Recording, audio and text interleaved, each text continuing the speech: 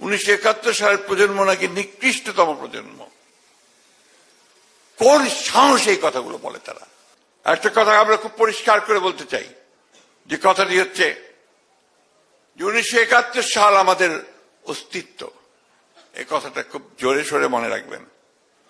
যারা এই কথা বলার দুঃসাহস দেখান, ঔদ্ধত্য দেখান, 1971 সাল নাকি আপনার বলছে 1971 সালের, আজকে আমি পত্রিকায় দেখলাম 1971 সালের প্রজন্ম নাকি নিকৃষ্টতম প্রজন্ম। কোন সাহসে এই কথাগুলো বলে তারা?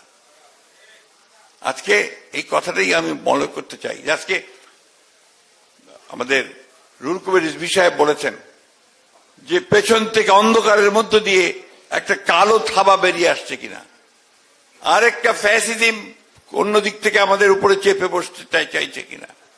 আজকে মানুষকে বিভ্রান্ত করে এবং দুর্ভাগ্যজনক ভাবে আমাদের প্রিয় ধর্মকে ব্যবহার করে তারা আজকে বাংলাদেশের মানুষকে বিভ্রান্ত করতে চাইছে কিনা। আজকে সেই শক্তির বিরুদ্ধে আমাদেরকে রুখে দাঁড়াতে হবে। আজকে নতুন সে লড়াই, একদিকে আমাদের বাংলাদেশকে একটা রাজনৈতিকভাবে, অর্থনৈতিকভাবে দৃঢ় অবস্থানের মধ্যে দাঁড় করাবার লড়াই, আরেকদিকে হচ্ছে এই অপশক্তিকে রুখে দেওয়ার লড়াই। এই দুটিকে নিয়েই আপনাদেরকে এগুতে হবে।